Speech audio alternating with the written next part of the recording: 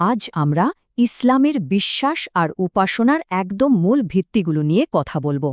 এর শুরুটা কিন্তু কোনো কাজ দিয়ে না, বরং একটা গভীর বিশ্বাস দিয়ে হয়। আরবিতে এই মূল বিশ্বাসগুলোকেই বলা হয় আকাইদ। এটাই হলো আসল ভিত্তি। একজন মুসলিমের জীবন দর্শন কিন্তু এই ৭টা মূল বিশ্বাসের ওপরেই দাঁড়িয়ে আছে। সবকিছুর কেন্দ্রে আছে এক আল্লাহর ওপর বিশ্বাস। এটাই সবচেয়ে গুরুত্বপূর্ণ। তার একটা গুণ হল আল খালিক, মানে সৃষ্টিকর্তা। তিনি কোনো নমুনা ছাড়াই সব কিছু বানান। আরেকটা গুণ হল আল মালিক, অর্থাৎ সার্বভৌম ক্ষমতার মালিক।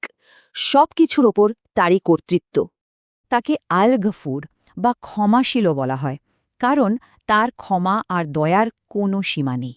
কুরআনের এই ছোট্ট সূরাটাতে আল্লাহর প্রকৃতির অসাধারণ এক সারসংক্ষেপ দেওয়া আছে। ইমানের দ্বিতীয় ভিত্তি হল ফেরেশতাদের ওপর বিশ্বাস। তারা আলো থেকে তৈরি আর পুরোপুরি আল্লাহর অনুগত। অসংখ্য ফেরেশতার মধ্যে এই ৪ জন প্রধান, যারা মহাবিশ্বের ব্যবস্থাপনায় বিশেষ দায়িত্বে আছেন। মুসলিমরা বিশ্বাস করেন যে আল্লাহ নবীদের কাছে আসমানি কিতাব পাঠিয়েছেন পথ দেখানোর জন্য। আগের কিতাবগুলোকে সম্মান করা হয়, কিন্তু কোরআনকে চূড়ান্ত এবং সম্পূর্ণ ঐশ্বিক গ্রন্থ বলে মানা হয়। তো এই যে এত সব বিশ্বাস, এগুলো আমাদের প্রতিদিনের জীবনে কিভাবে প্রকাশ পায়? এই বিশ্বাস প্রকাশ করার সবচেয়ে বড় মাধ্যম হল সালাত বা নামাজ।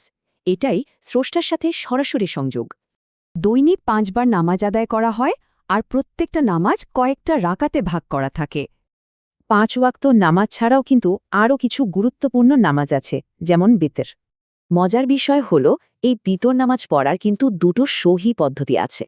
এই দ্বিতীয় পদ্ধতিতে একটানা ৩ রাকাত পড়া হয়। এটা মাগরিবের নামাজের চেয়ে একটু ভিন্ন। আসলে নামাজ হল বিশ্বাসের এক বাস্তব প্রতিফলন।